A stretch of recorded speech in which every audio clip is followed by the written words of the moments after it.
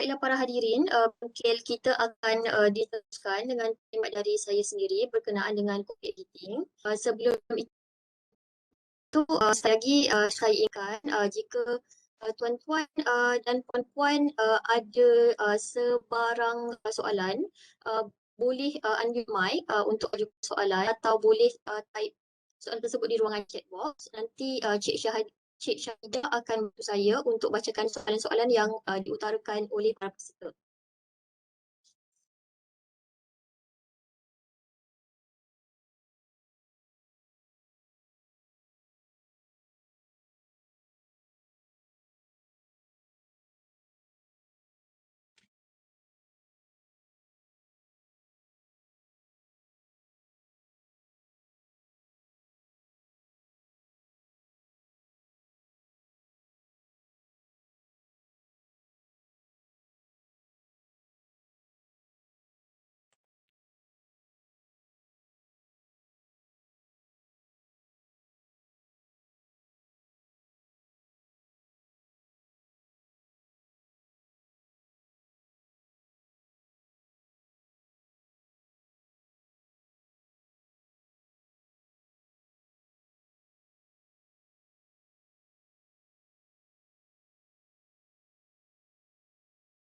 Okay, saya ada masalah untuk share. Mungkin Cik Syahidah boleh tolong saya untuk share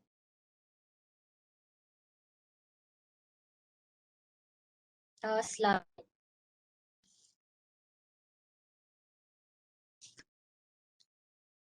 Alamak, ia hang. Hidung.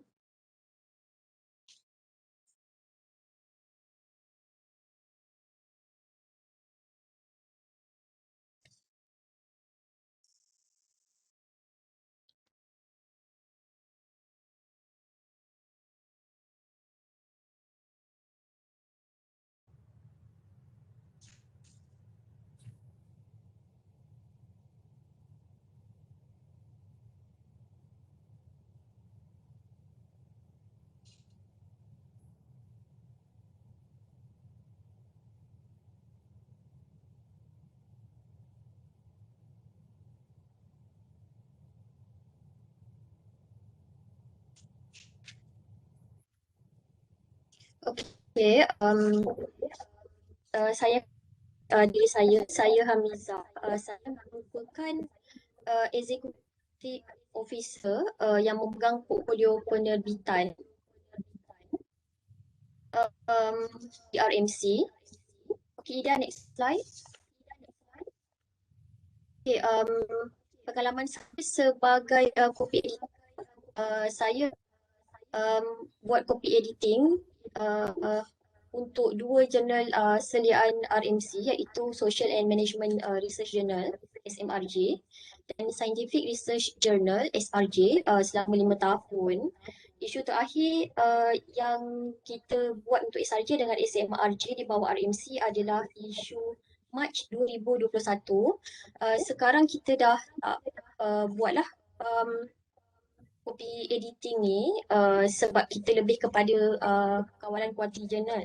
Selain itu, skop tugas saya sebagai EO penerbitan adalah memantau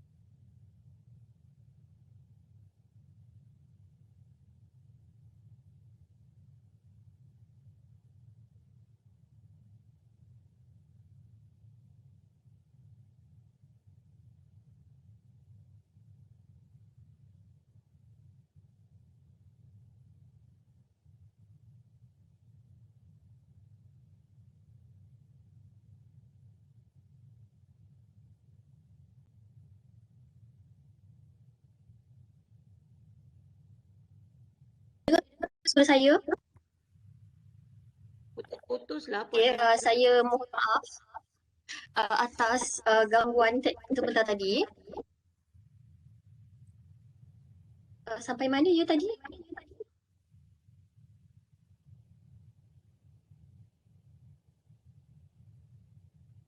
Iza, Terima mulakan kasih semula atas dengan skop tugas. Okey, terima kasih atas respon yang diberikan. Okey, skop tugas saya selain dari menjadi copy editor untuk SRJ dengan SMRJ, saya juga turut membantu Dr. Yong untuk memantau prestasi jurnal UiTM di peringkat RMC. Juga turut menguruskan pembiayaan yuran penerbitan artikel dan dibantu oleh Cik Syahida, pembantu tadbir.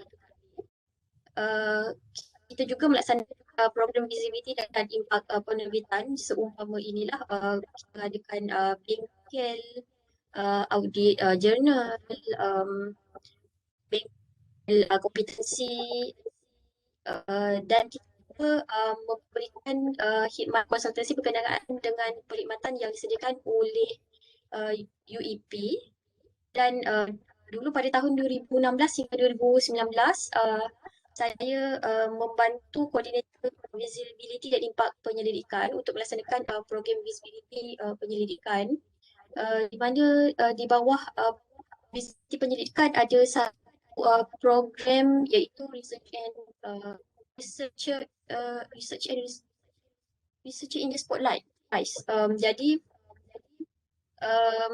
memang dekat program tu kita akan ketengahkan researcher yang buat research dan kita akan buat newsletter berkenaan dengan research ataupun award yang telah di yang telah dirangkul menerusi research yang dibuat.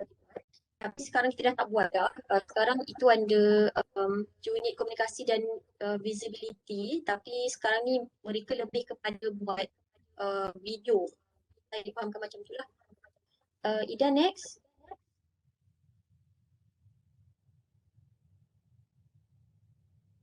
Okay, ini adalah tajuk yang kita akan go through sebentar lagi.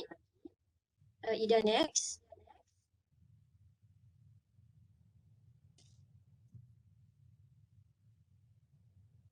Ya, apa yang dimaksudkan dengan copy editing?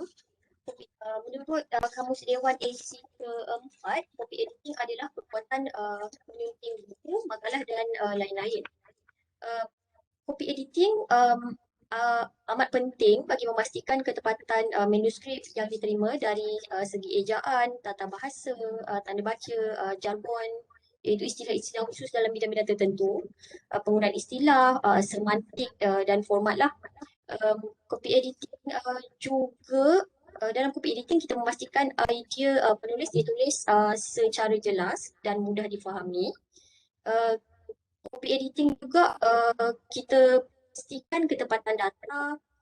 Walau bagaimanapun dalam copy editing kita tak ubah isi kandungan manuskrip, konteks atau gaya penulisan dalam manuskrip. Kita lebih kepada membantu formatting dari segi formatting. Ida, next.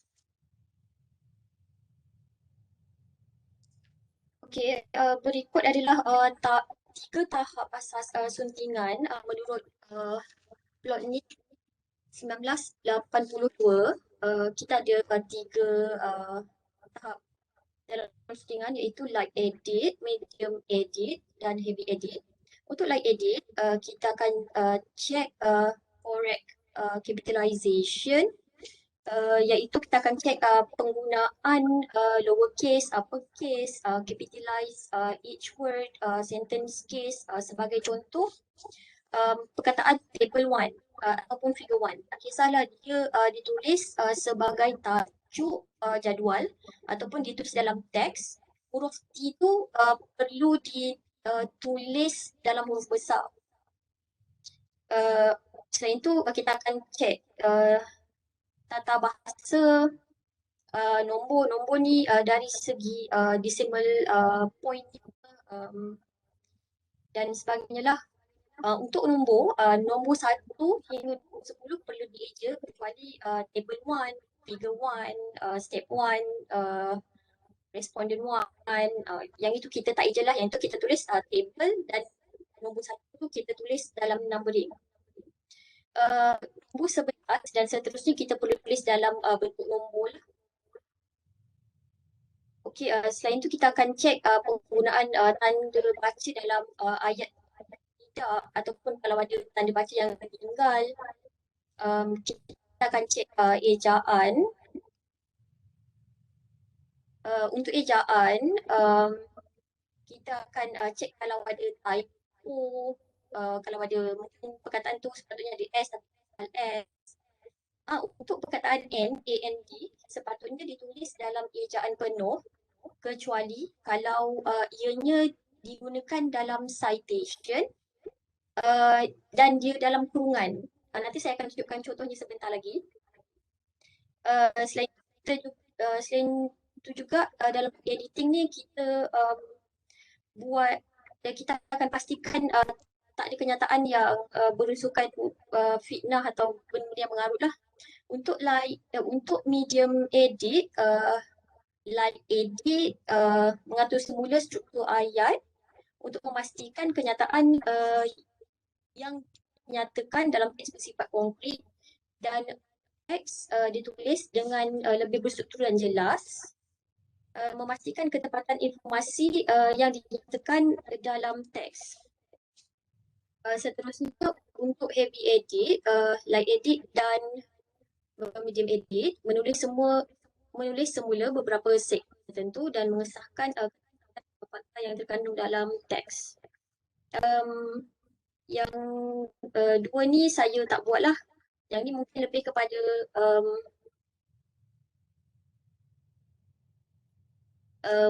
chief editor kalau dia nak check. Kalau macam SMRJ memang masa saya masuk tu memang dulu check macam tu lah. Saya lebih kepada buat light editing. Dari 3 tahap asas ni kita boleh simpulkan yang language editing sebenarnya sebahagian dari copy editing, walau bagaimanapun memandangkan saya tidak mempunyai kepakaran dalam bidang bahasa, jadi kita dah pecahkan kepada dua bahagian lah, language editing dengan copy editing, di mana untuk language editing ni dibuat oleh copy editor among the academician untuk cek grammar, struktur ayat, semantik. Manakala untuk copy editing pula saya sendiri akan buat cek dari segi formatting. Kita juga akan cek table, references, quality gambar, citation dan sebagainya lah. Okay, seterusnya fasa dalam proses suntingan jurnal. Okey, untuk fasa dalam proses suntingan jurnal ni ada 3 bahagian, iaitu copy edit, kemudian diikuti dengan layout dan proofread. Untuk copy edit tu ada 3 pecahannya, initial copy edit, ada copy edit dan final copy edit.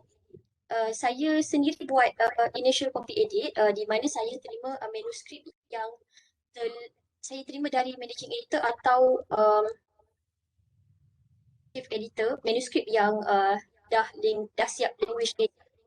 Kemudian saya akan check citation, references, table, format untuk table, caption untuk figure. Saya akan check kualiti gambar tu. Kalau ada gambar rajah, saya akan check kualiti rajah tu.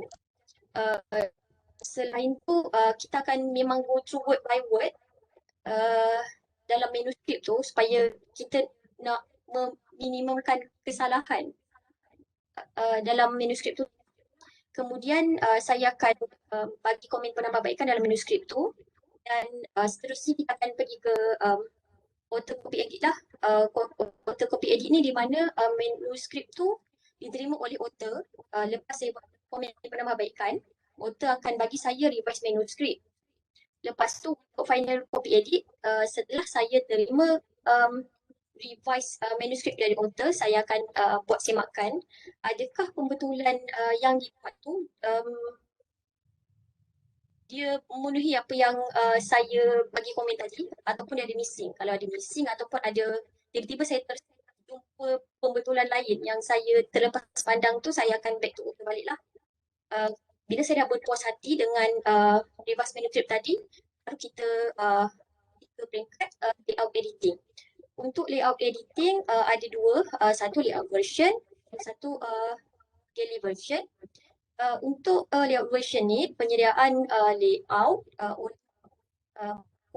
oleh layout editor dalam Prescient InDesign, di mana teks dari format Word akan dipindahkan ke Prescient InDesign, dan ada setting-setting tertentu lah yang layout editor perlu buat lepas dia pindahkan teks tu ke Prescient InDesign.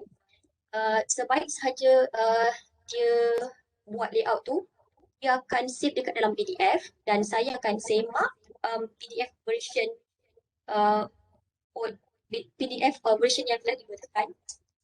Kemudian saya akan support lah mana satu yang nak kena italic, mana satu yang nak kena subscript, dia ikut format ke tidak, settingnya betul ke tidak, mana satu yang nak kena bold. Saya akan tengok sebabnya bila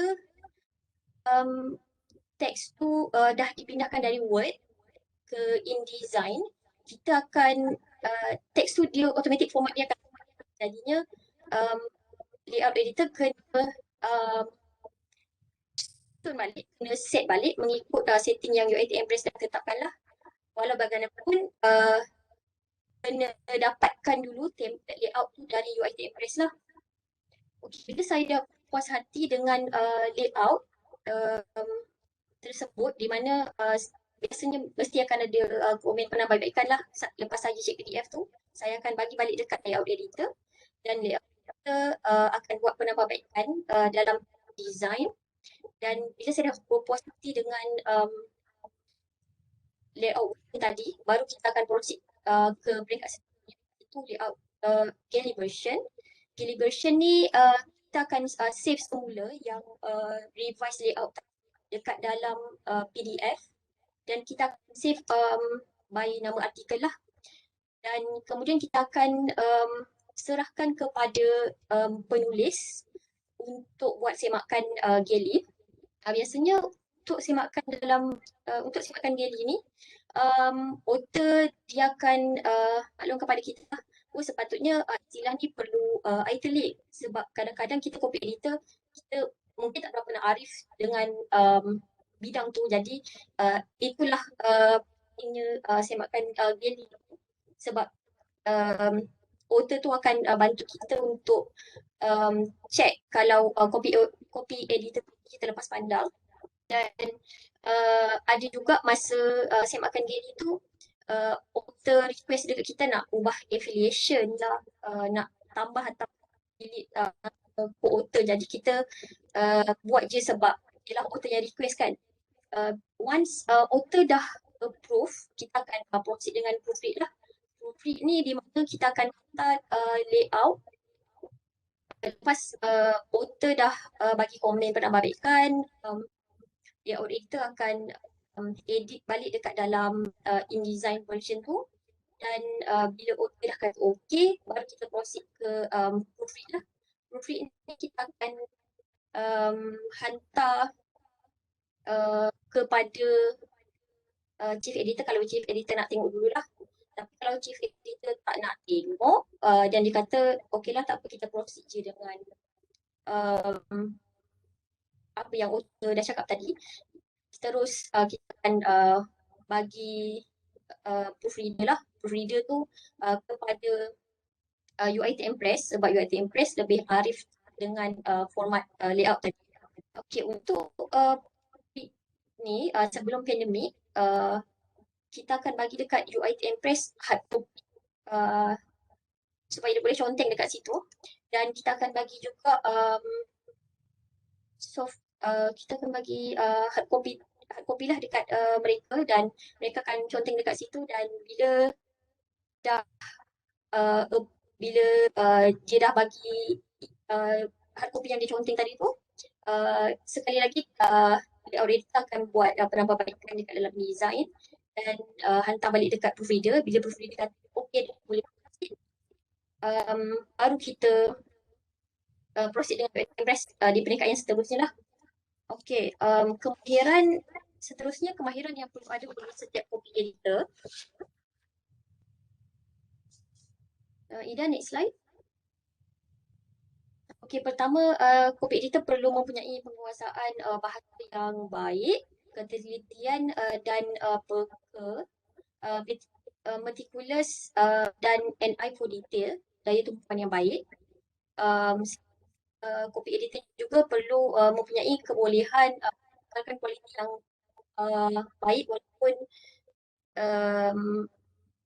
manuskrip tu berimbun-imbun dalam masa yang sama kita dapat, tapi dia still kena konsisten lah. Tak boleh nak buat sambil lewa. Dia kena still check by word, kena teliti lah.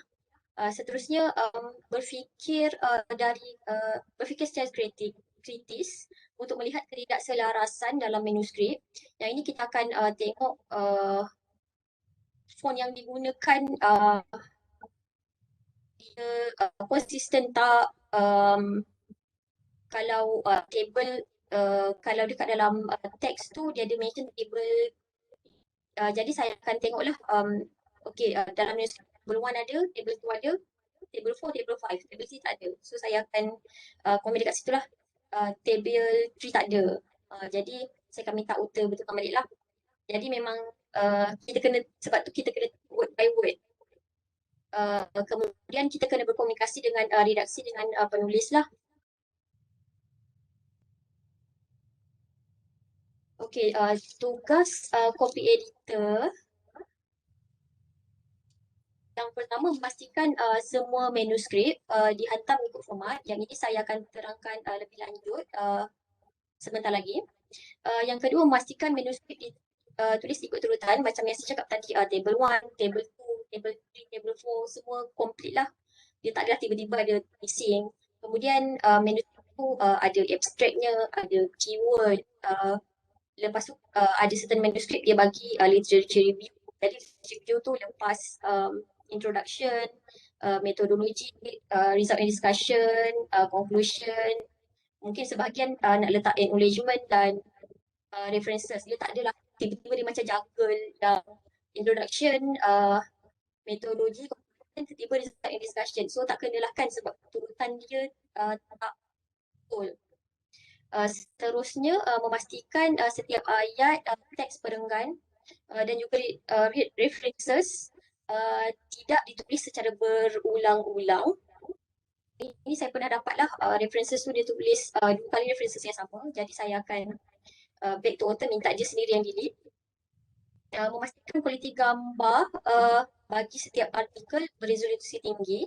Maksudnya kita tak nak gambar tu kecil. Nanti bila dia pindahkan dalam InDesign, dia akan gambar tu dia jadi ada yang pecah lah, ada yang bila kita cuba besarkan dia jadi macam tumpang tau, tak jelas.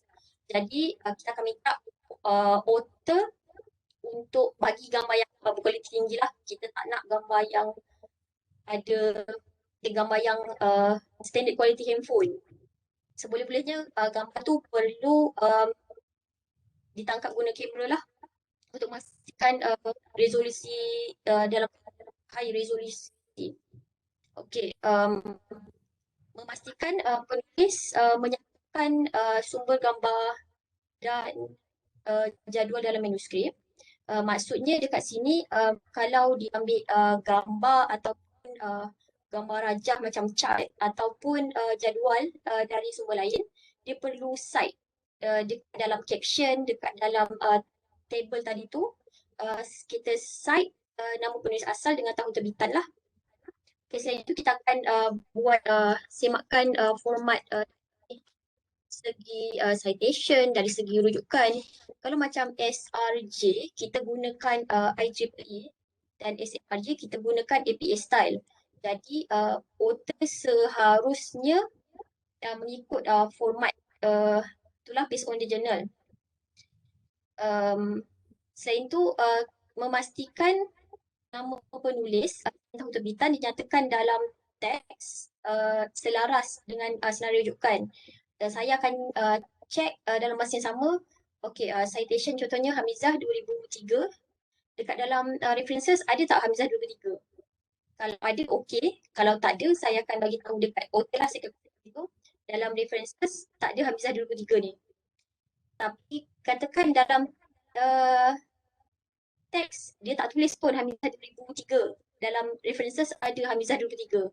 So saya akan bagi tahu author tak ada dalam teks. Jadi author sendirilah yang buat pilihan sama ada dia nak tambah dalam teks ataupun dia nak delete dari senarai rujukan tadi tu lah. Selain itu ada juga banyaklah saya jumpa yang Hamizah 2003 dekat dalam teks tapi dekat dalam references tu Hamizah 2013. Saya akan tanya author adakah ini dua references yang berbeza atau dia references yang sama. Kalau sama, yang mana satu dia punya actual year of the publication. Jadi saya akan minta author check semula lah dan dia kena buat revision. Okay, selain tu kita akan label manuskrip untuk tujuan penyiaran layout. Yang penting sebab macam yang saya nyatakan tadi, bila kita pindahkan dekat dalam InDesign, formatnya akan lari dan dia ada setting-setting tertentu untuk setiap bahagian dalam manuskrip tu. Jadi saya biasanya akan print hard copy dan saya akan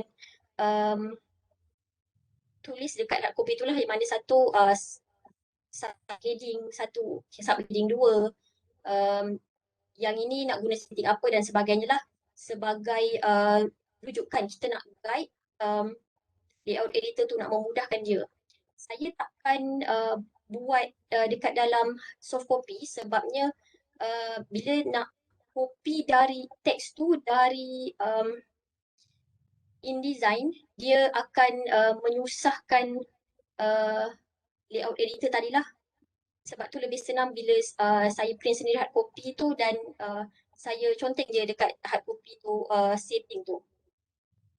Seterusnya kita akan menyediakan halaman prelims.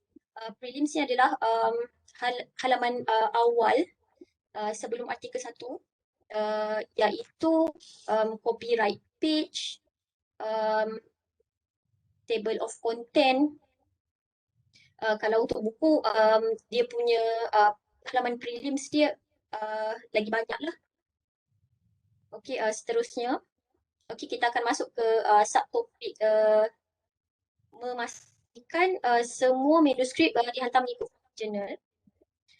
Yang pertama, penuh semua penulis ditulis termasuklah main author atau corresponding author dan co-author dinyatakan dalam manuskrip beserta afiliasi yang lengkap dan ditulis dalam ejaan yang betul. Macam contohnya UiTM. UiTM ni kita tulis nama penuh, perkataan marah tu besar, kita tulis dalam bahasa Melayu, kita tak jadi kita tak translate dia dekat dalam bahasa Inggeris.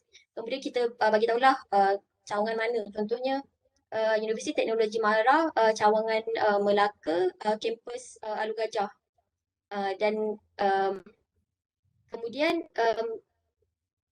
nama ditulis tanpa jawatan, pangkat atau gelaran.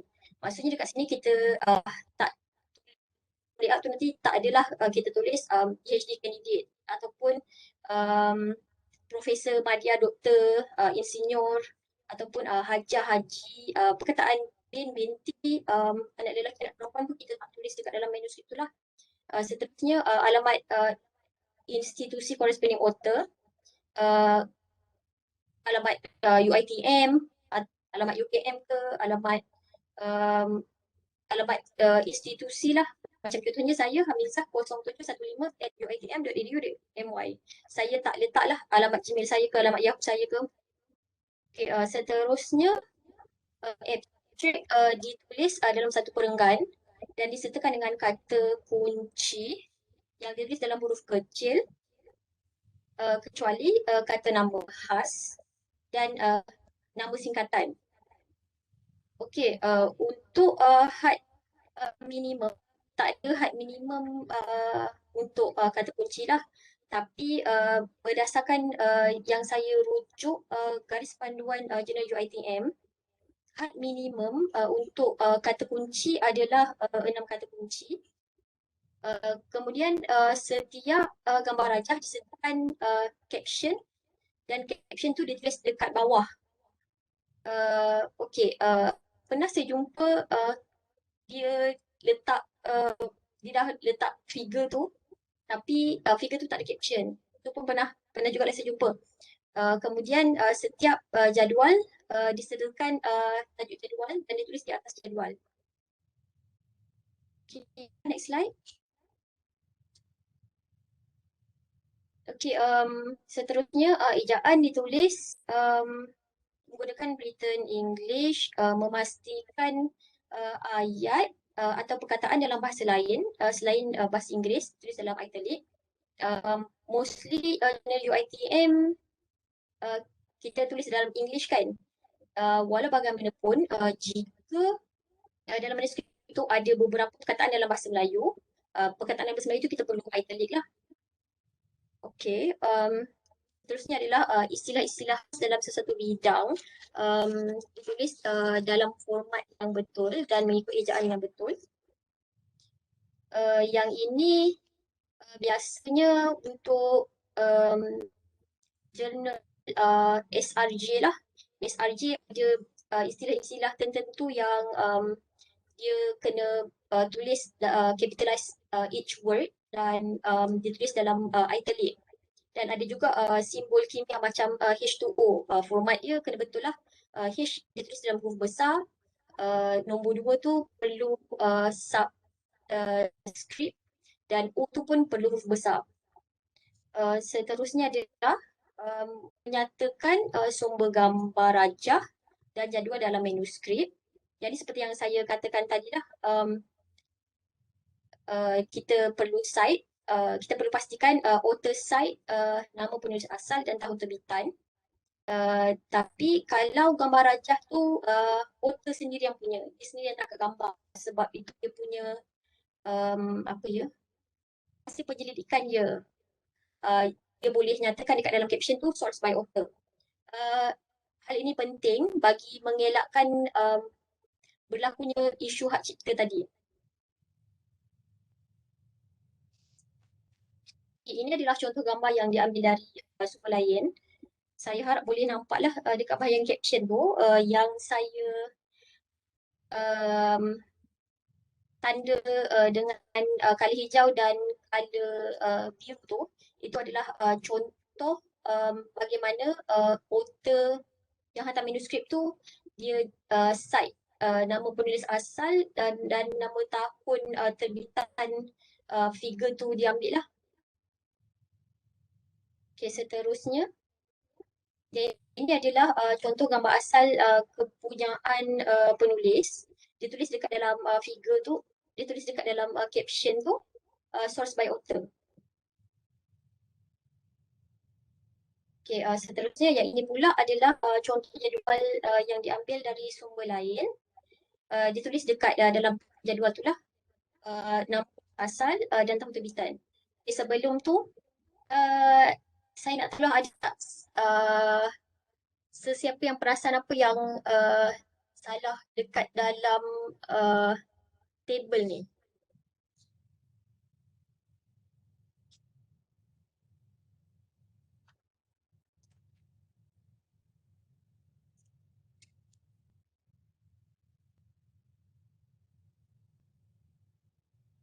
Okay, yang salah sebenarnya yang salah adalah dekat figure ni kita tengok dia punya tajuk jadual ni ditulis dalam bahasa Inggeris. Jadinya dekat situ pun kita dah tahulah dia dalam teks ni dalam bahasa Inggeris. Tapi dekat kolom 2, mulai row 2 sampai row 20, dia tulis dalam bahasa Melayu. Jadinya sepatutnya dekat situ kita perlu ditulis dalam italic lah. Okey, seterusnya copy editing versus proofread, dan terangkan perbezaan antara copy editing dengan proofread. Okay, copy editing ni, copy editor buat penambahbaikan terhadap manuskrip, dan selalunya kita akan jumpa kesalahan meja lah. Manakala proofreader dia buat semakan bagi memastikan copy editor tak terlepas pandang kesalahan kecil, dan proofread dibuat selepas penyediaan layout. Dan biasanya dalam proofread hanya kesalahan kecil yang ditemui lah. Macam contohnya mungkin ada typo, kesalahan ejaan, mungkin tanda baca tertinggal, ataupun setting InDesign tadi tu tersalah guna setting. Dia tak adalah macam kita nak perlu back to author. Sepatutnya macam itulah dekat dalam proofreader, dalam proofreading. Okay, seterusnya saya akan tunjukkan contoh. Aida, next slide. Ini adalah contoh proses copy editing yang direkodkan dalam sistem. Copy editing kita tak buat dekat dalam MyGMS, tapinya kita buat dekat luar sistem, tapi kita akan record communication tu dekat dalam MyGMS lah. Di mana dekat atas tu ada nama saya. Saya minta author buat revision, dan dekat bawah tu author bagi respon lah. Dia dah bagi revise manuskrip dia. Dan nanti copy edited manuskrip tu saya akan upload dekat dalam sistem, dan kemudian baru kita akan send to production lah untuk penyediaan layout. Okay. Saya akan tunjukkan contoh kesalahan yang saya kena lepaskan masa buat copy editing. Yang pertama, alamat corresponding author, seperti yang saya katakan tadi, kita tak guna personal email lah, kita guna institusi email. Jadi kita akan tanda dekat komen tu, minta author serta nyatakan institutional email dia. Okey, seterusnya abstract ditulis dalam satu perenggan. Dekat sini kita nampak abstract ni dipecah-pecahkan ikut tajuk. Jadi saya akan minta author tulis dalam satu perenggan lah. Okey, seterusnya sitasi dan rujukan yang tak selaras. Macam yang saya nyatakan tadi, missing citation. Saya akan tulis dekat situ, dia kena dia kena nyatakan dekat dalam references list. Seterusnya, dekat dalam teks tu dia tulis Oliver 1997, tapi dekat dalam references dia tulis 1981. Jadi saya tulis dekat situlah yang mana satu actual year of publication dia. Minta dia cek semula lah. Okey, seterusnya kualiti gambar. Yang ini gambar ni bila kita cuba besarkan, tulisan tu memang langsung tak nampak, dan gambar tu dia pecah-pecah. Jadi saya minta author untuk bagi gambar yang lebih besar lah.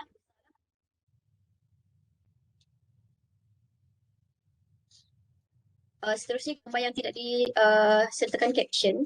Dekat dalam teks je dia tulis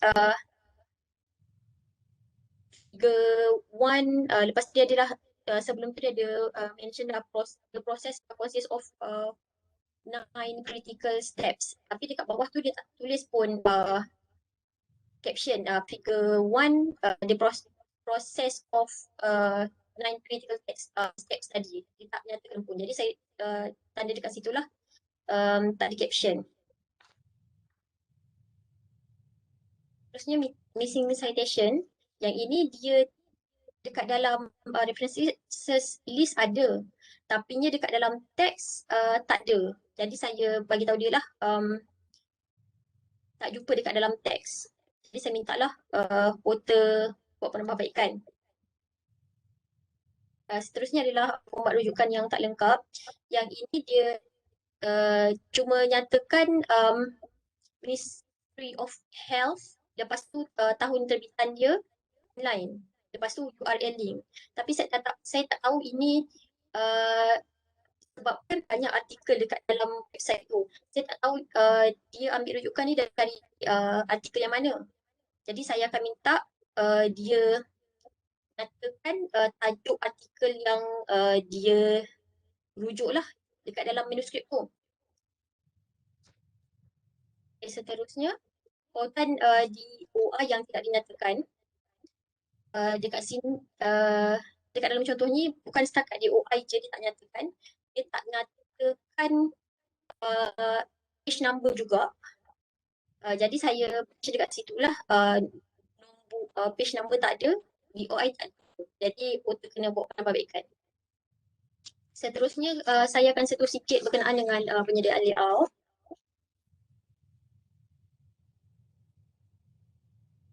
Okay, penyediaan layout ni kita menggunakan Adobe InDesign dan copy editor dia label manuskrip yang dalam copy tadi untuk sebagai guide dekat dalam kepada layout editor untuk buat penyediaan layout.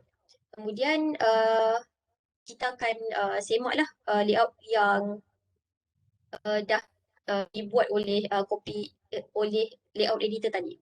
Sebelum kita proceed kepada author untuk semakkan gini lah.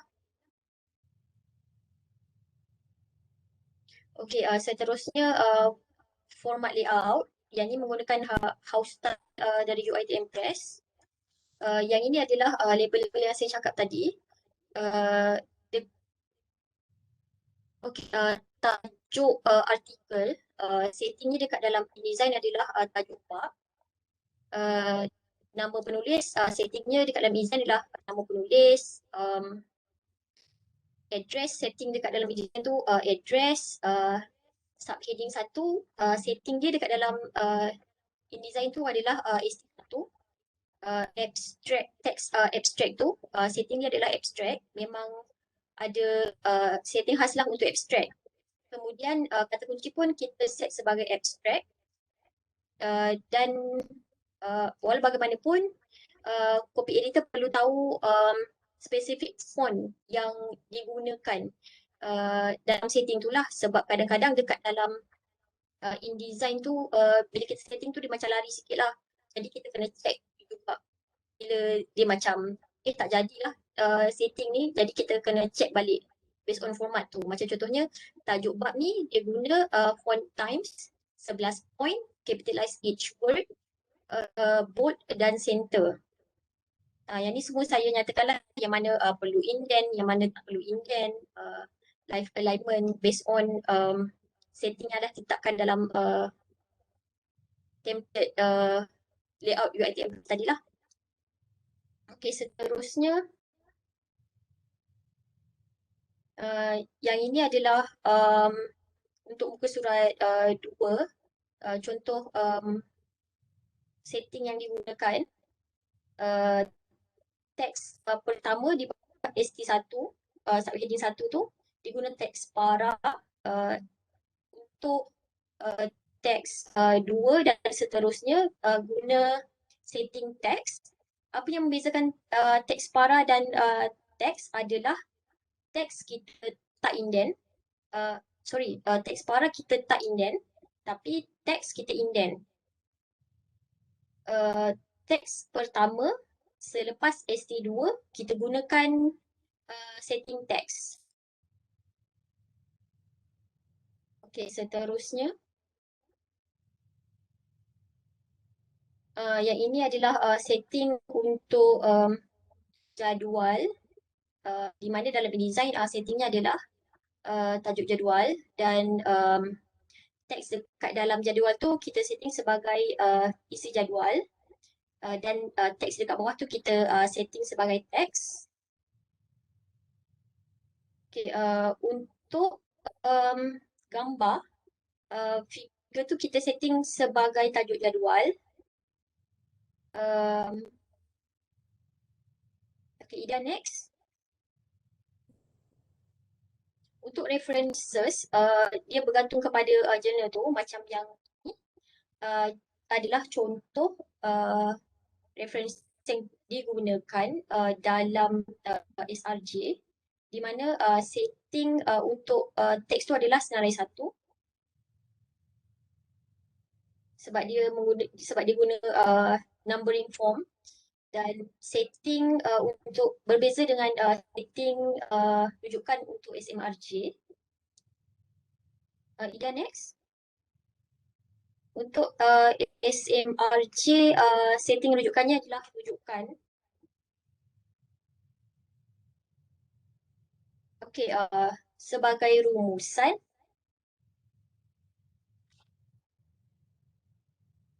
copy editor adalah, apa yang saya boleh simpulkan kat sini, copy editor adalah orang yang cari salah, tapi dia betulkan salah tu.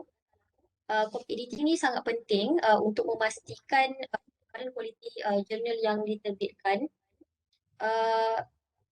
Okey, beberapa tips yang saya boleh kongsikan untuk copy editor adalah, yang pertama, copy editor perlu mempunyai kemahiran bahasa yang baik, penguasaan bahasa yang baik. Copy editor juga perlu tahu house style yang telah ditetapkan. Sebabnya setiap publishing house, tak kisahlah jurnal, buku, majalah, surat khabar, novel, ada house style, gayanya tersendiri. Kiranya macam gaya house style yang ditetapkan tu adalah identiti dia. Macam contohnya novel 21, house style tak sama dengan novel novel apa ya? Novel utusan publication. Tak samalah.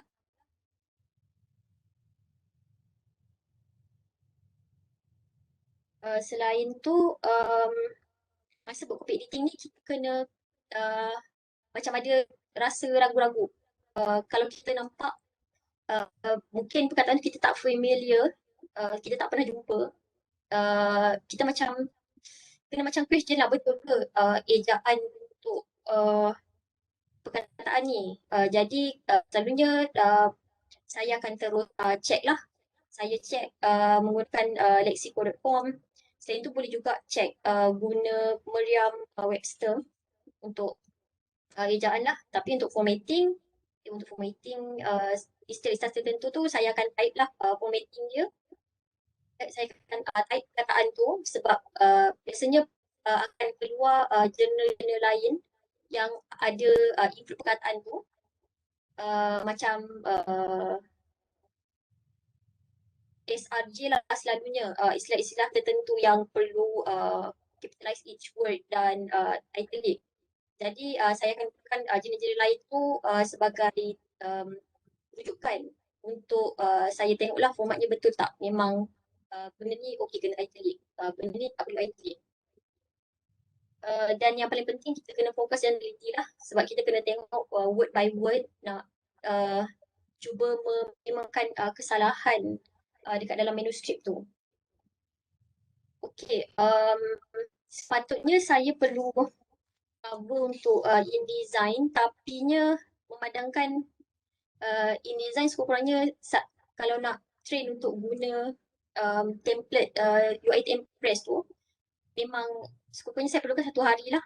Sebab sebelum ni saya train pembantu takbir bawah saya 4 orang. Ada 4 orang sebelum ni.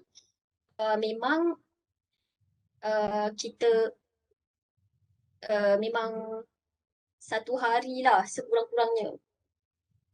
Jadinya tapi kita tengah dalam proses buat video untuk penyediaan layout, video tutorial, dan mungkin nanti kami akan kongsikan video tu dengan para peserta lepas video tu dah finalize lah. Untuk sebarang pertanyaan atau maklumat lanjut berkenaan copy editing, penyediaan layout atau perkhidmatan yang disediakan oleh UEP, boleh hubungi kami di uep@rmc.edu.my ataupun email saya personal lah, hamiza0715@uiTF.com. Okey, saya akan buka kepada soalan. Okey, untuk slide 2 hari ini memang kita akan share dengan para peserta, tapi saya kena confirmkan dulu dengan para penceramah. Slide tu kepada confidential dan sebagainya. Penceramah nak edit dulu slide tu. Bila penceramah kata okey, baru kita akan email pada para peserta lah.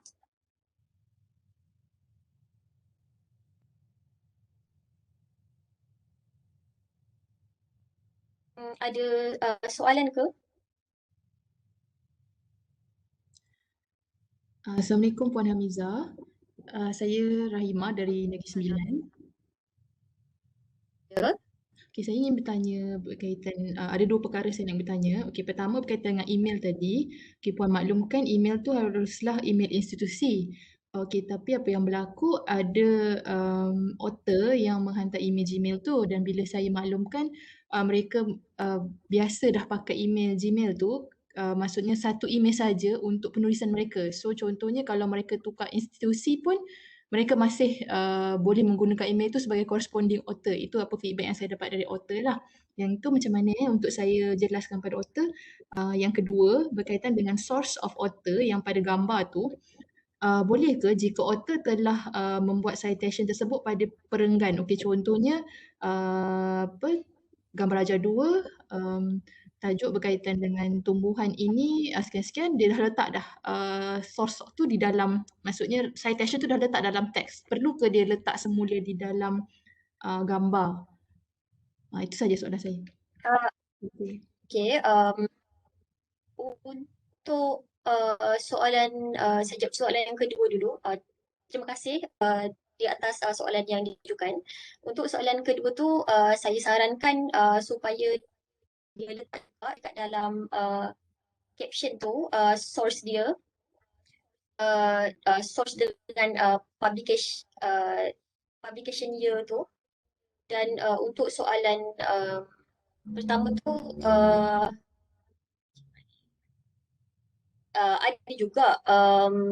ada juga kita publish yang memang dia guna Gmail, sebabnya student kan, jadi kita macam kalau author tak nak bagi, kita pun tak boleh nak buat apa kan, jadi kita kekalkan je lah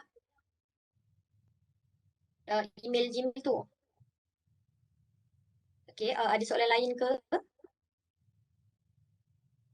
Saya harap saya menjawab soalan yang diajukan tadi.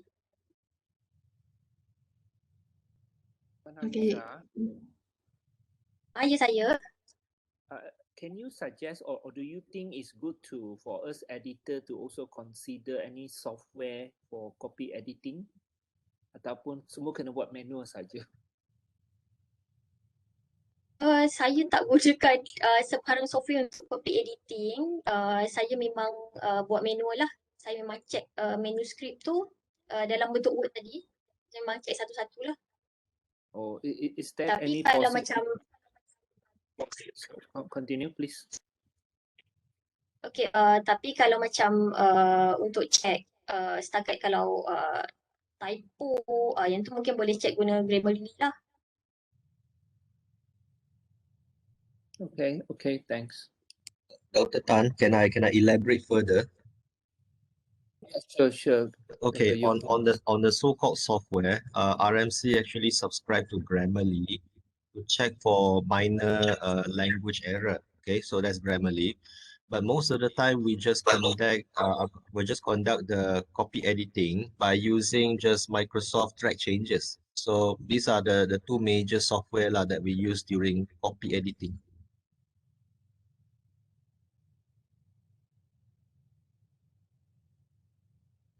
I'm looking at this website. They suggest a few copy editing software. It's not just Grammarly, but not on proofreading, but more on edit or repetition of words, like what Puan Hamiza is saying. Maybe RMC want to consider and share with us some of this software, because sometimes it may be overwhelming if we are doing like 2 volume or 3 volumes with plus special issue a year.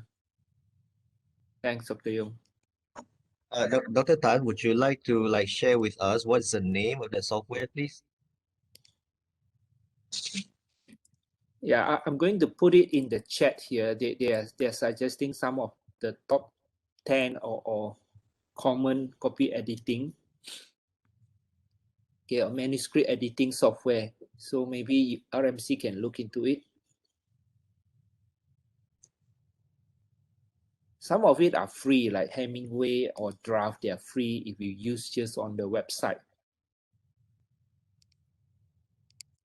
Yes, Dr. Tan, appreciate your feedback. We never realized that such software exists, so we're going to give it a try definitely. Thank you. Terima kasih Dr. Tan.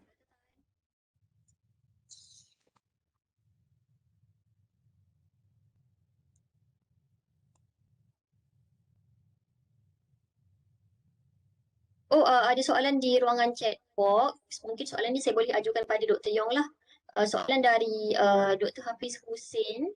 Selepas selesai permohonan penubuhan jurnal UiTM, ISBN dan EISBN untuk jurnal baharu akan didaftarkan oleh UiTM Press ke? Terima kasih. Okey, untuk permulaan, untuk jurnal sebenarnya adalah penerbitan berkala. Maka dengan itu, ISSN adalah diperlukan dan bukannya ISBN. ISBN adalah untuk buku dan penerbitan-penerbitan yang tidak berkala. Okey. So, pergi apply ISSN.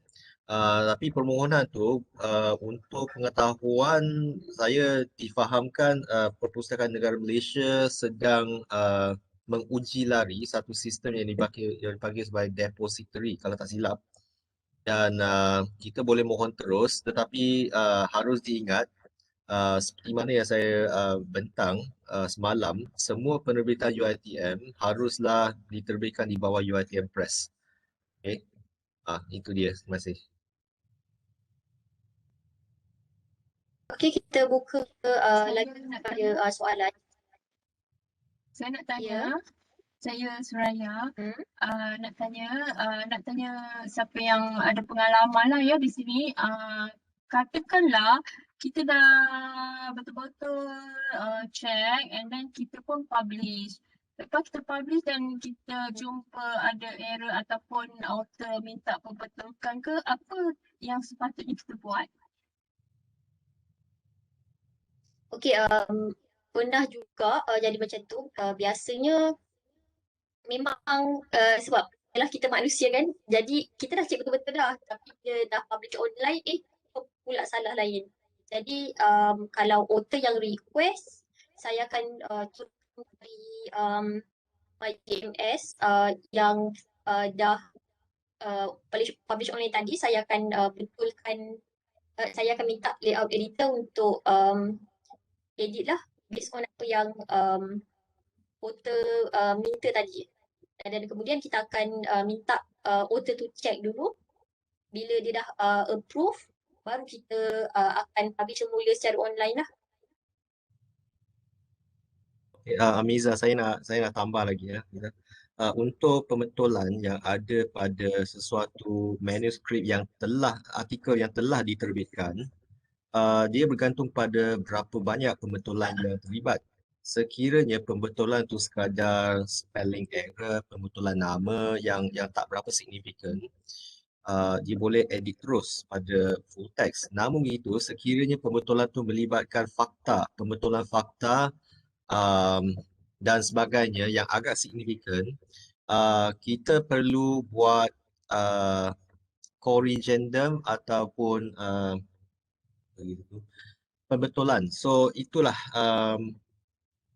dan artikel yang telah diterbit tu tidak boleh dibuang ataupun ditukar sewenang-wenangnya. Selepas diterbitkan dia kena kekal. Sekiranya ada pembetulan yang agak signifikan kita kena terbitkan corrigendum. Yeah. So itulah prosedur sepatutnya. Sebab itulah harus diingat semua editor, sebelum kita terbit sesuatu, kita kena check lagi untuk pastikan kesilapan tu diturunkan seminimal mungkin. Sebab sekiranya diterbitkan, memang agak susah lah nak buat pembetulan selepas tu. Dan memang mustahil, boleh dikatakan mustahil untuk buat pembetulan ya. Ya, Dr. Yong. Dr. Yong, Yes. boleh dengar? Can you hear me? Yes. Ya, Dr. Yong, Ya. Octavia from PK. Ya, dengan Puan Hamiza, is it? Puan, Okay. Saya nak tanya sikit, Saya. kalau kita sekarang ni semua publish online, perlu ke lagi publish physically iaitu hard copy dengan UiTM Press, ataupun kita publish online dengan carry the name sudah publish UiTM Press, ke kena buat juga hard copy sebenarnya? Miza boleh jawab tak?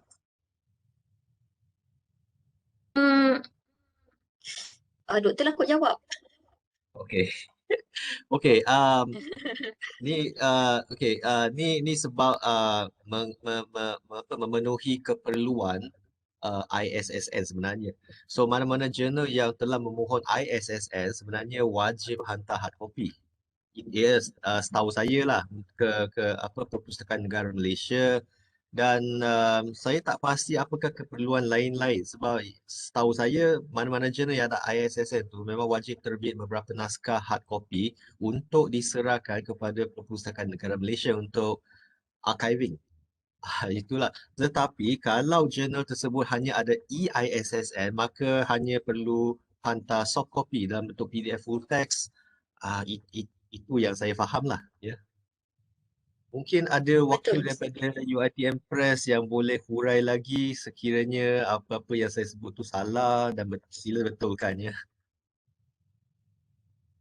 Cik Nasir, saya rasa Eten dia boleh jawab soalan ni.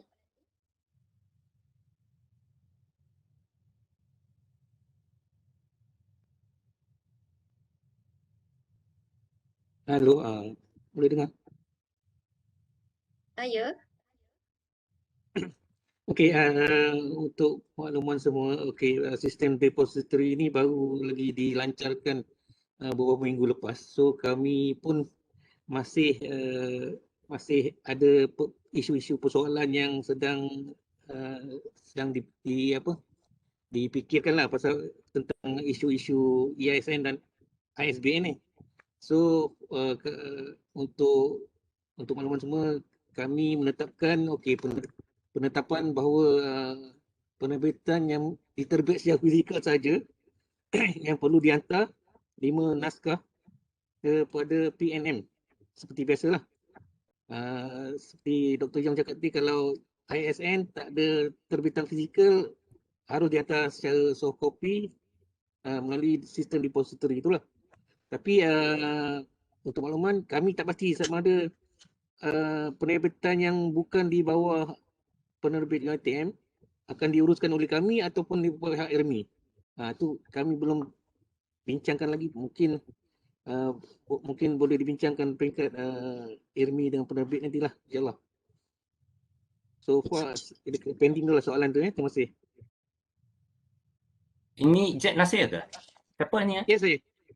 Ya. Okey, kalau macam ni, dulu kita kena hantar CD bagi libraries, main library kan, Perpustakaan Negara. Maksud sekarang ni tak payahlah. Maksudnya tak payah lagi hantar CD bagi Perpustakaan Negara ke? Sama masih lagi, tapi dia mesti menggunakan sistem depository yang baru lancarkan tu. Semua secara online. Okey, itu pihak Ekdari yang buat ke macam mana? Siapa yang kena upload itu? Okey, saya dipahamkan oleh pengarah bahawa yang mana diterbitkan secara fizikal sahaja akan diuruskan oleh penerbit. Tapi bagi jurnal-jurnal yang online, hendaklah dibuat sendirilah, direct kepada depository. Cuma pemakluman atau salinan tu boleh bagi kepada pihak kami untuk kami simpan sebagai rujukan lah untuk reference. Jadi kalau any inquiry from PNM, kami boleh jawab bahawa benda tu dah dihantar ataupun belum lah sebagai reference. Okey, so repository itu nanti tuan akan share kan? Akan beritahu officially kan macam mana upload kan? Nanti akan beritahu kan? Ke belum? Okey, sistem tu baru lagi. Jadi kami dipahamkan boleh buat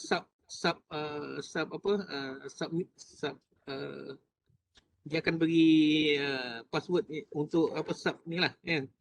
Jadi yang mana jurnal-jurnal yang belum tu dia kena daftar dulu dan dia akan berikan nombor kod sementara, tak silap saya lah. Jadi boleh gunakan itu sebagai unjuran seterusnya lah. Okey, sekarang ni yang ada dekat itu dekat My Journal sana, kita nampak paper kita pun sudah upload dekat My Journal sana. Itu tak kira lagi Itu bukan Itu masih berterusan lagi pasal so far tapi itu kalau tak kira lah. Sorry, itu tak kira lah. masih dia ada kesinambungan dia masih teruskan lagi. Kalau ada apa inquiry boleh terus kepada ni lah PNM bahagian pengantaran bahan terbitan tu. Dia ada inquiry number tu, boleh tanya kat situ. Okey, terima kasih. Dr. Oliver, saya rasa yang journal tu tak sama dengan EISN tadi, sebab My Journal ni kan untuk the repository artikel tu dan dia diuruskan oleh Sitasi dan Infometrik. Tapi untuk EISSN ni yang handle adalah Pustakaan Negara Malaysia. Jadi dia dua identiti yang berbeza lah. Saya nak confirm juga, siapa yang upload dekat itu My Journal, ada orang lain kan, kita tak payah apa-apa kan. Saya nampak macam automatic je, kita online dekat website, dia sendiri akan pergi sana kan. Ada orang buat ke siapa yang buat sebenarnya, kita nak tanya je lah. Nampak macam automatically semua ada lah, itu lah, tak tahu siapa yang buat. Ismail ada di sini. Kalau Encik Ismail mungkin dia jawab sendiri kot. Hi. Hello. I'm Rohayu from PITA. So actually PITA are responsible to upload all the UiTM journals into My Journal. I will explain more later after this. Okay, thank you.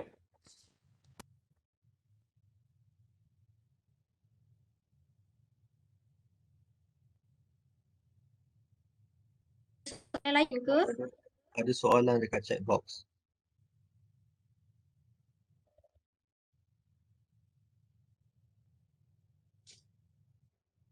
Saya rasa mungkin isu ni Dr. Yong yang boleh jawab berkenaan dengan hal hak cipta, penulisan artikel atau copyright holder yang tertera dalam OJS. Copyright ada beberapa perkara, antaranya ialah authorship dan ownership. Okay, bagi menjawab soalan yang ada pada chat box tu, okay, pertama sekali, copyright tu sebenarnya satu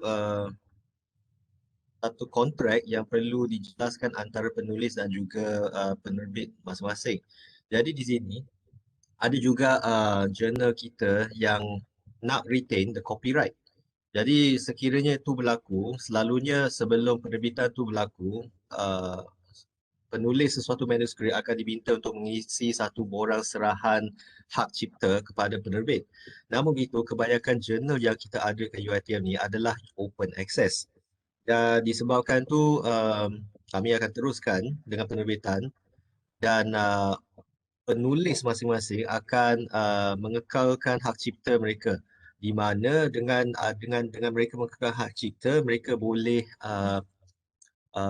memuat naik full text artikel mereka di mana-mana portal yang mereka pilih. Contohnya seperti ResearchGate, sekiranya mereka nak deposit di sana, kami tak ada halangan. Mana-mana jurnal yang mengamalkan hak cipta open access. Ya. Namun begitu, ada juga jurnal open access yang juga mengekalkan hak cipta kepada penerbit. Jadi di sini semua tu terpulanglah pada jurnal masing-masing, sama ada nak pulangkan hak cipta kepada penulis ataupun mereka sendiri nak kekalkan.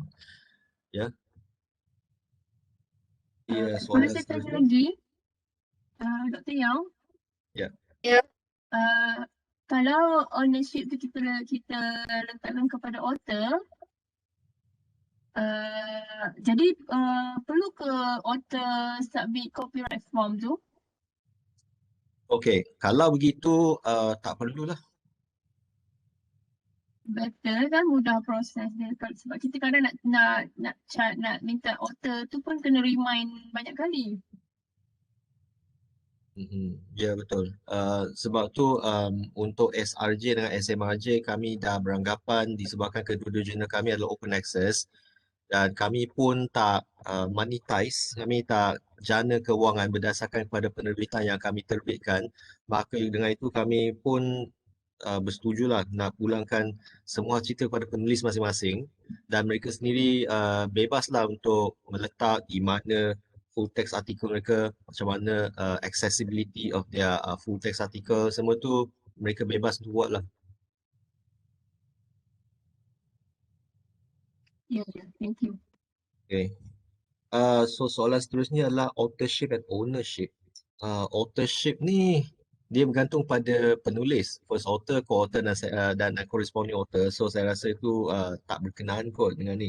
Ownership tu macam saya cakap lah, copyright. Copyright is actually more or less like ownership. Dia copyright ni sebahagian daripada intellectual ownership. So sesiapa yang memiliki copyright tu, they own itu hak lah untuk distribute, untuk nak monetize, nak bagi akses pada sampai berapa tahap mereka. So it's their right lah, whoever who retains the copyright.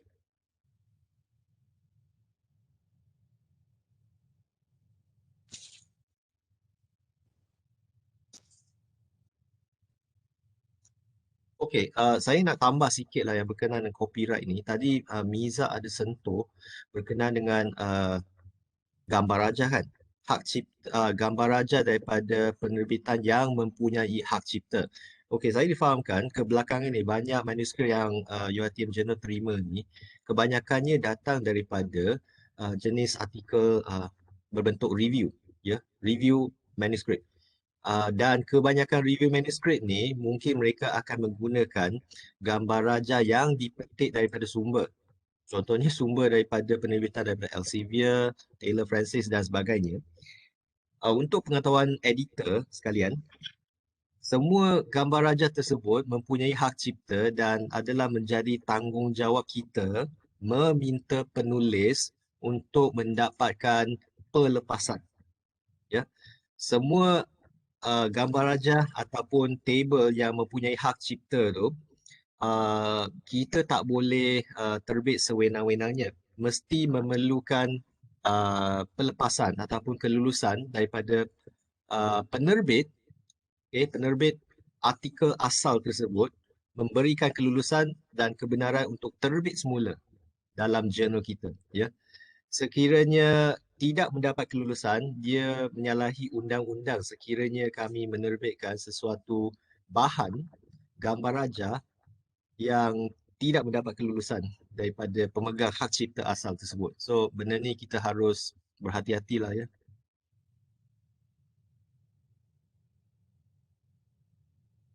Dr. Ada Yong, soalan lain ke? Dr. Yong. Ya, Dr. Yong, in respond to apa yang Dr. Yong tanya tentang hak cipta gambar rajah, this will make all our editors' life very miserable because every paper we got to get the copyright permission, or is it a way? I thought I read somewhere that if it is for academic purpose that we can copy that and just put a source. Is that correct? Or we have to, as editor, to make sure every even research framework must have that we copy from somewhere must have copy editor's approval, or must have copyright approval. Is that correct, Dr. Yong? Or how do we go about? Yeah, absolutely correct. We but actually during the submission during copy editing process, the copy editor will going to have to verify the status, the copyright status of every single figures and also tables or any graphical material that the manuscript has. And usually the copy editors will not request the clearance on behalf of the author. So it's the responsibility of the author to request that. Once that is obtained, then only it will get the clearance for publication. is it good enough if the author give us that means a letter, or we give them a form to fill up, say all these copyright transfer to us, and also they will be responsible for all the, in case there is a problem with copyright issue? I believe you are well, as far as I deal with UiTM Press previously, it is solely my responsibility to get the clearance. And of course, I am still need to fill in that form. However, they also responsible to check whether I truly get the clearance. And if you remember, most of the major publishers, they already have the template, okay, the template for requesting copyright clearance.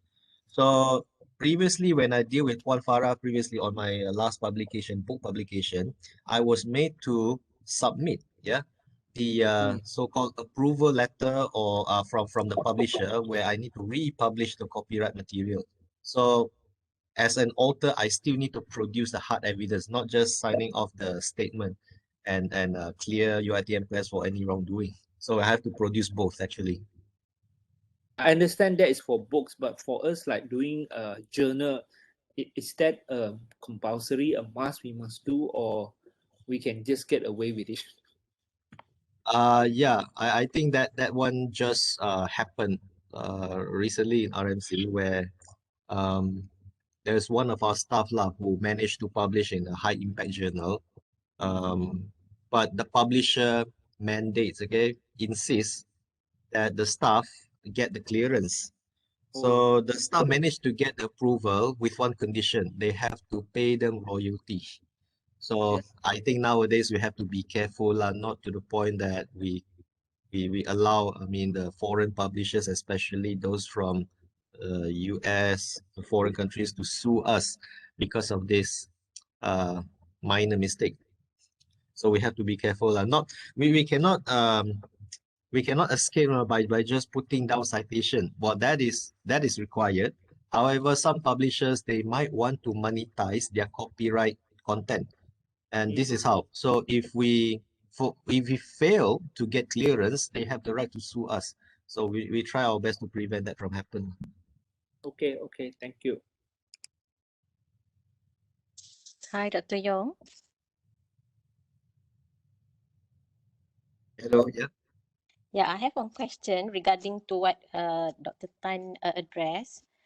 Is there any mitigation mechanism for managing editor or chief editor on this regarding the copyright?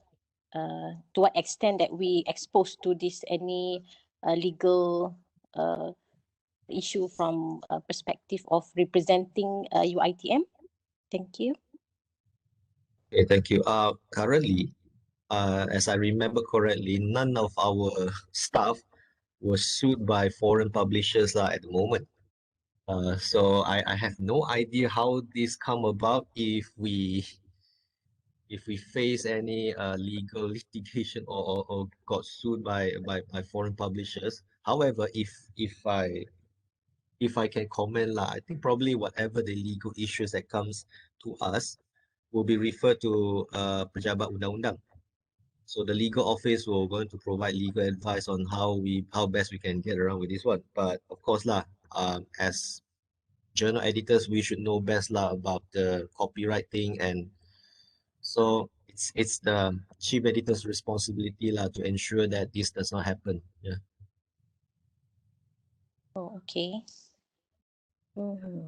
Because if you're talking about protection for directors and all the decision making at certain level, they are protected by certain mechanism lah. Okay, it's okay. Thank you.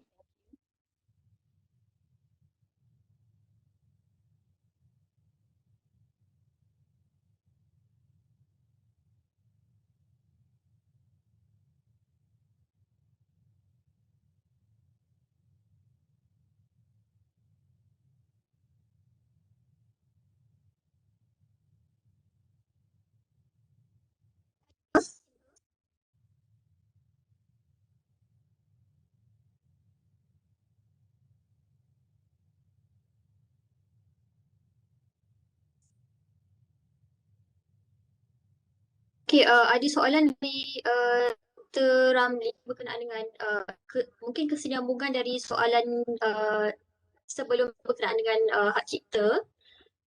Maksudnya mereka berpeluang untuk terbitkan semula dalam mana-mana penerbitan lainnya. Doktor mungkin boleh jawab? Jawapan tu ya, betul. Tapi lah dengan syarat mereka beri pelepasan untuk terbit semula.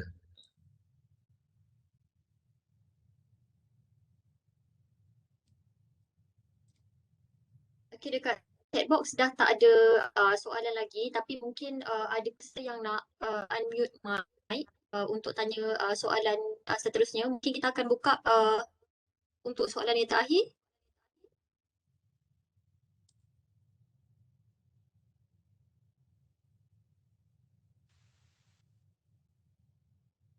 Good morning, everyone. I'm Kong here. Just concerning about the copywriting, actually our group here also, we have sort of some debate on this also, whether it is necessary to have the copyright transfer, ask the author to fill in or not. So to me, I think actually, I mean the copyright belongs to the authors lah. So as long as, just now we mentioned, as long as we cite, if the intent or the contents, we cite the sources, I think is enough. But if you want to take the picture, probably is they have a special ownership, then the one, of course, we have to ask for permission. And then concerning actually on the legal side, because our publication is under UITM Press. So if any legal action they want to take against us, it should go to UITM directly lah. But however, I mean, we are the one who are responsible. We have to really make sure no one can take legal action against us. Another thing is about if, let's say, the authors would like to publish their paper again in another sources, probably, for example, they want to compile their publication into one book, I think that one should get permission from the publisher, because otherwise, like, you know, they can, they no need to search from our website anymore for that articles lah. So I'm not sure. How about Dr. Yong? What do you think this one? Yeah, Prof. Pong, whatever you said earlier is exactly correct. Yeah.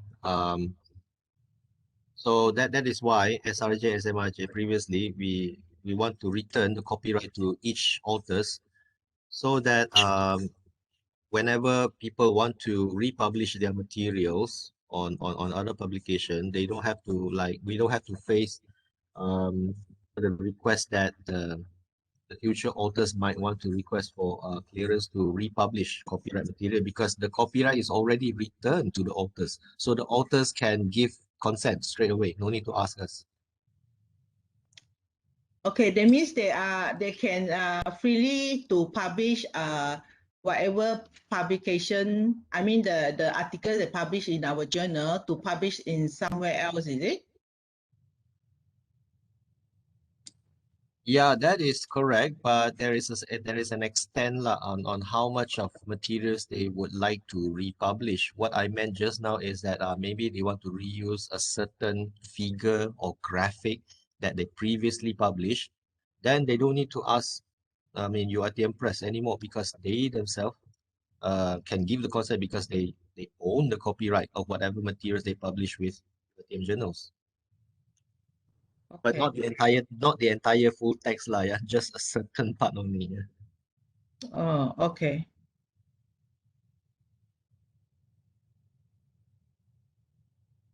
But then I was thinking, since the copyright is owned by the authors, so even they would like to use all, I mean 100%, do we have the right to stop them, because they do not require to get any permission from us? Okay, I think I want to correct my statement. They can actually use the entire image. Okay, let's put this example. The entire image.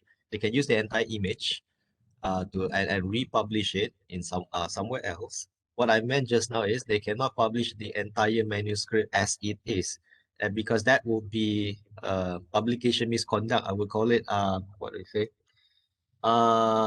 Resubmission or republication of the same material. So that's a completely different story. Yeah. What I meant just now is the entire manuscript. So that cannot happen lah. Yeah. If they convert into books, That also not probably because I mean if you want to publish you want to publish the entire manuscript, that akin of like salami slicing, as we call it in the publication ethics, because you are you are publishing the same content that you have published earlier. So that is one of the misconduct. Usually when we want to publish something else, it has to be different. It cannot be 100% the same. Yeah. That's what I meant lah, yeah, Prof. okay.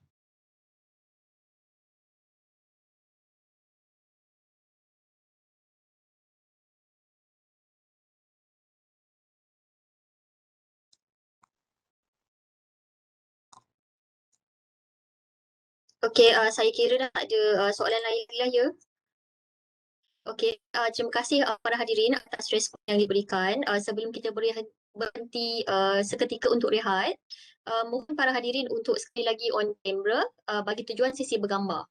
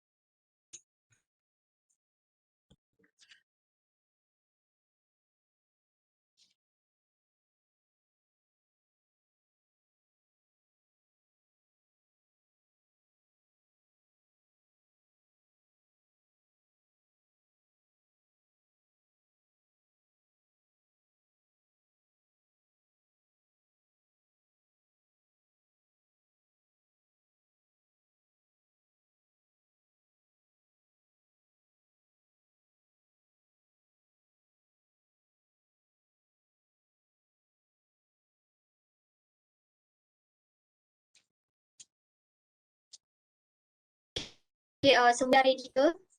Ada lagi yang nak on camera ke?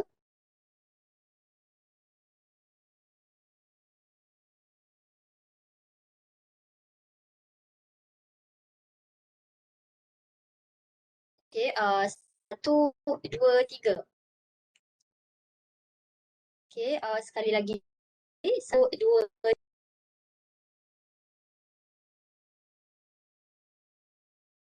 3.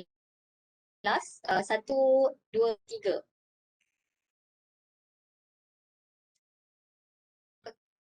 Terima kasih. Jadi, baiklah, kita akan berhenti rehat ketika dan akan bersambung semula pada jam 11 pagi.